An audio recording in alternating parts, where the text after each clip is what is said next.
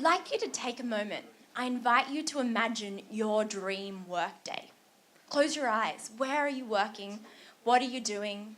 Who are you working alongside? How are you getting creative ideas and inspiration? Soak it in. Did anyone imagine this? No, isn't that funny? That's commuters, for those who can't see.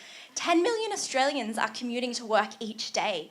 In Sydney, on average, we're spending 7 hours a week. That's more time than we're spending cooking and with our families. We're also exposing ourselves to really high-risk behaviours. Driving, which if it doesn't injure us in the short term, it's certainly going to contribute to that sedentary lifestyle of ours. And we're not exactly going to inspiring places, are we? We're going to places that look kind of like a chicken coop, yeah? And where presenteeism is more important than what we're actually doing. But that's just the average Australian, right? Can I get a show of hands who today lived that dream work day? Hands up. Okay. Who today worked wherever they wanted? They had the tools that they could do whatever they wanted?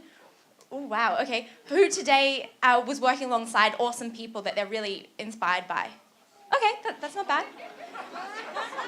Jeez. I didn't think it would be that bad.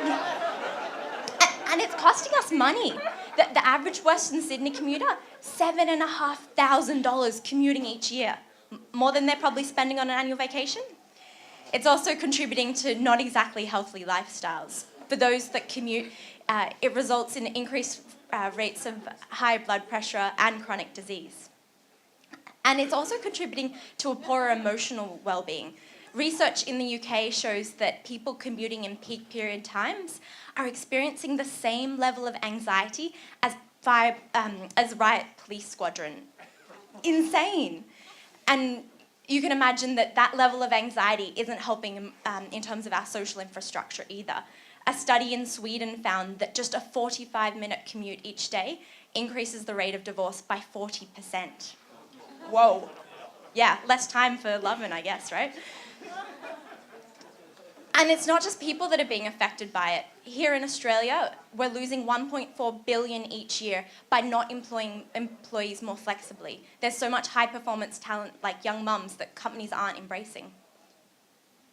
And that really begs the question, why are we doing this? And if all progress depends on the unreasonable demand, why can't we make a change towards that? Tonight, we've been talking about that average Australian, and we know here we're not exactly much better than the average Australian. So I invite you to think about what change can you be making to be unreasonable to liberate yourself from the way that you're currently working. And I like to think about it in 3 really simple ways. Is your work distributed? Can you work wherever you want? Is your work flexible? Can you work when you want? You know, in this day and age, we could work 24/7.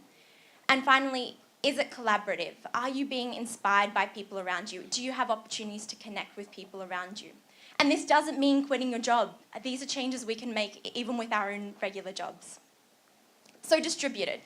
Microsoft is actually doing a really good job of this. They kicked everyone out of their office last summer for a day as part of Summer's Day Out, encouraging people to think about, actually, I don't need to be in the office. But you too can make that change. This is a photo from Rouse Hill where there's people already using one of their local smart work hubs. So instead of commuting into the city, they're using a shared workspace. And workspaces like these will be available in Penrith, Oran Park, Gosford and Wyong by the end of this year. So we are making that change. Flexible. So it's really worth thinking about, at this day and age, you could actually work 6 a.m. till midnight with your devices. But do you actually want to be living a life like that? And in some cases, presenteeism is valued. So how can you, whether you are an employee or a manager, start to think about, actually, what are the outcomes that need to be achieved this week and this month?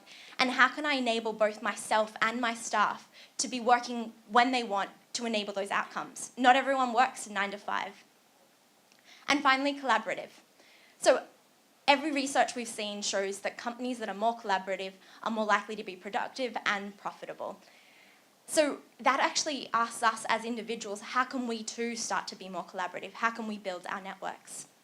And a really simple way could be going to one of your local co-working spaces, so shared collaborative workspaces. This is a shot of Hub Sydney, which is actually just down the road, where you can meet over 1,000 different entrepreneurs and innovators, and start to think differently by being exposed to different industries.